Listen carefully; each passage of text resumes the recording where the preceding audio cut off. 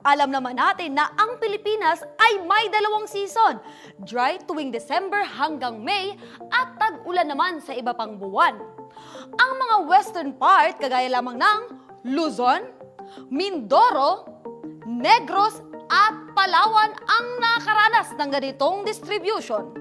Ang mga lugar na ito ay napoprotektahan ng mountain ranges na humaharang sa mga hangin na nagdudulot ng matitinding ulan.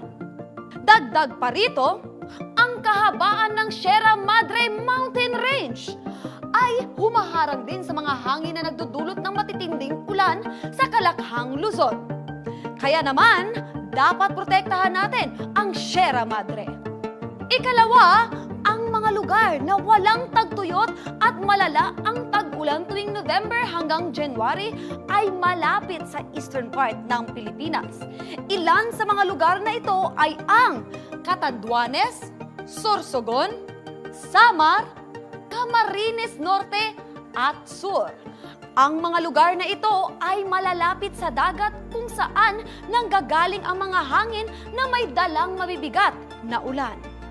Ikatlo, ang mga lugar kung saan ang mga season ay hindi agad matukoy, katulad lamang ng Cagayan, Isabela, Northern Mindanao at Eastern Palawan.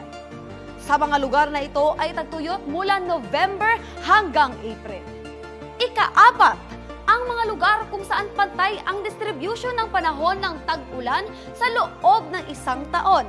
Kabilang sa mga ganitong lugar ay ang Batanes, Northeastern Luzon, Bohol, Eastern at Southern Mindanao. At ayan ang iba't ibang climate distribution dito sa ating bansa. Kaya BFFs, dapat lagi tayong aware and prepared para hindi tayo nagbubulaga ng mga nangyayari sa paligid natin.